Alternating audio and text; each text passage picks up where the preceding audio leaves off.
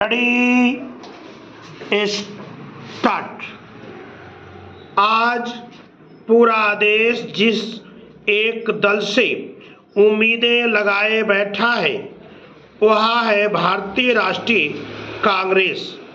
यह पार्टी अपनी स्थापना के समय से ही देश हित और जनता के हित में सेवा, समर्पण, त्याग और संघर्ष के साथ न्याय के लिए संकल्पित रही है। आज इसकी जरूरत इसलिए भी ज़्यादा महसूस की जा रही है क्योंकि आज के कई दल कुछ खास उद्योगपतियों की सेवा में लगे हुए हैं। उनको आम आदमी की चिंता ही कहाँ है। आम आदमी पर महंगाई, बेरोजगारी और तानाशाही का चाबुक चलाया जा रहा है। ऐसे में कांग्रेस से ही एकमात्र उम्मीद बचती है। अच्छी बात यह है कि अहमदाबाद अधिवेशन में इसकी झलक दिखी भी। देश जब भी संकट से गुजरा, तमाम ताकतों ने देश को अंधेरे की तरफ खींचा तो गुजरात से ही रोशनी मिली।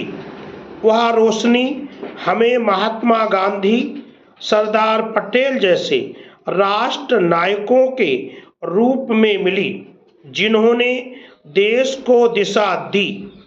पैरा उसी रोशनी और उम्मीद के साथ कांग्रेसी गुजरात में जमा हुए।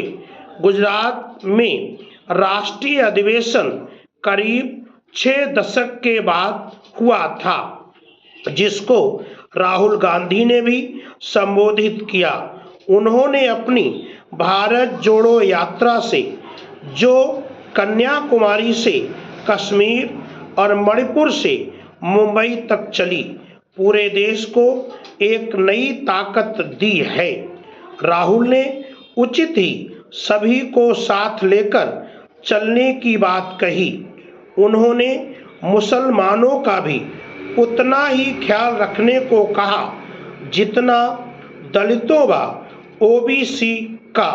सोनिया गांधी और राष्ट्रीय अध्यक्ष मल्लिकार्जुन खड़गे का संबोधन भी काफी सार्थक था।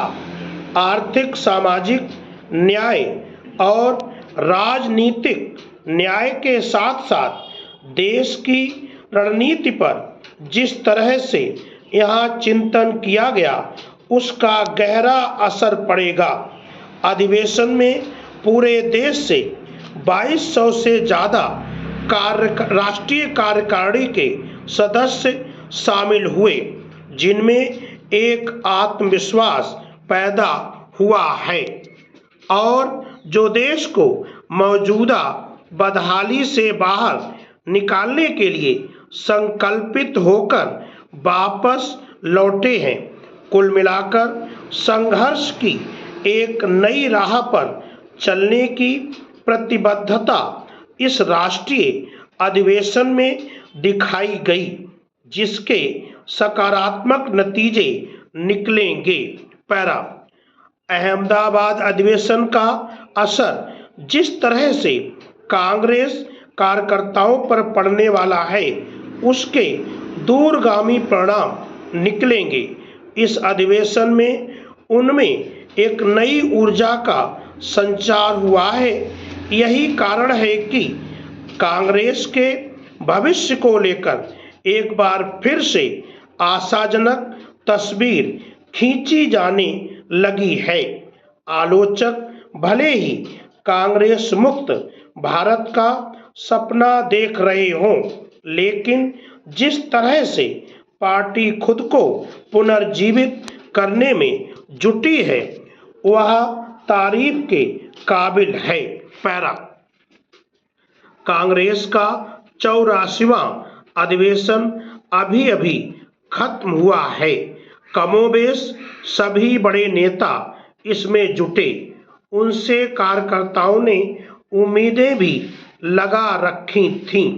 माना जा रहा था कि इस बार सारा दारोमदार कार्यकर्ताओं को दिया जाएगा और उनका भी एक अधिवेशन होगा जहां राहुल गांधी हर जिले के कार्यकर्ताओं की बात सुनेंगे।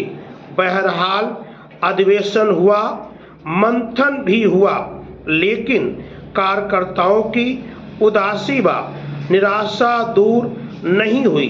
आखिर क्यों? दरअसल ऐसे अधिवेशन में बड़े बड़े फैसले तो ले लिए जाते हैं, लेकिन उन पर शायद ही अमल किया जाता है। काश राहुल गांधी हमारे मध्य प्रदेश के चुनिंदा नेताओं से भी पूछ लेते कि पहले के नियमों का कितना पालन हुआ, हर जाति समाज के सम्मेलन का क्या हासिल मिला, पहले के सुझाव अथवा नियम क्या कार्यकर्ताओं के लिए ही थे या नेताओं के लिए भी। मुझे 2022 का इसके लिए जरूरी 22 का उदयपुर अधिवेशन याद आ रहा है। उसमें संगठन को सशक्त बनाने का फैसला लिया गया था और एक व्यक्ति एक पद की नीति अपनाने की वकालत की गई थी, मगर कांग्रेसी अपने बनाए नियमों की ही अवहेलना करते रहे।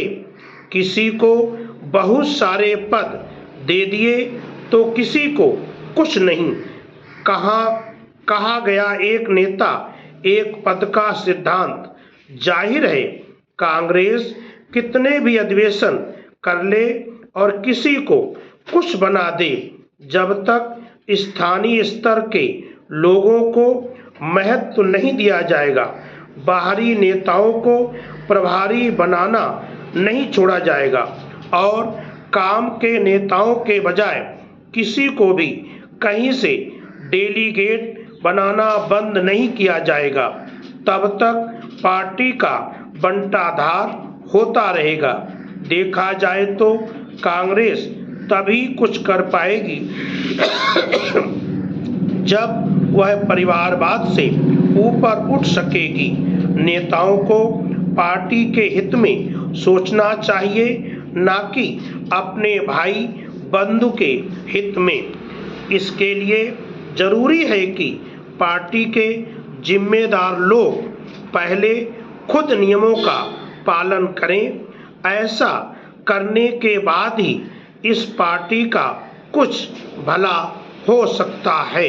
पैरा, यह सही है कि इस देश को कांग्रेस ने ही खड़ा किया है, पर अब वह अप्रासंगिक बनती जा रही है। इसकी कई वजहें हैं। असल में कांग्रेस अब आम लोगों से दूर होती जा रही है। ड्राइंग रूम की पार्टी के रूप में इसने खुद को स्थापित कर लिया है। ऐसा नहीं है कि इसके नेता प्रयास नहीं कर रहे, लेकिन ऐसा करने वाले नेताओं की संख्या उंगलियों पर गिनने लायक है। बाकी सभी एसी कमरों में बैठकर नियम बनाना चाहते हैं और पूरे देश को उन नियमों से चलाना चाहते हैं। ऐसा शायद ही हो सकेगा। पार्टी को जनता के बीच जाना ही होगा।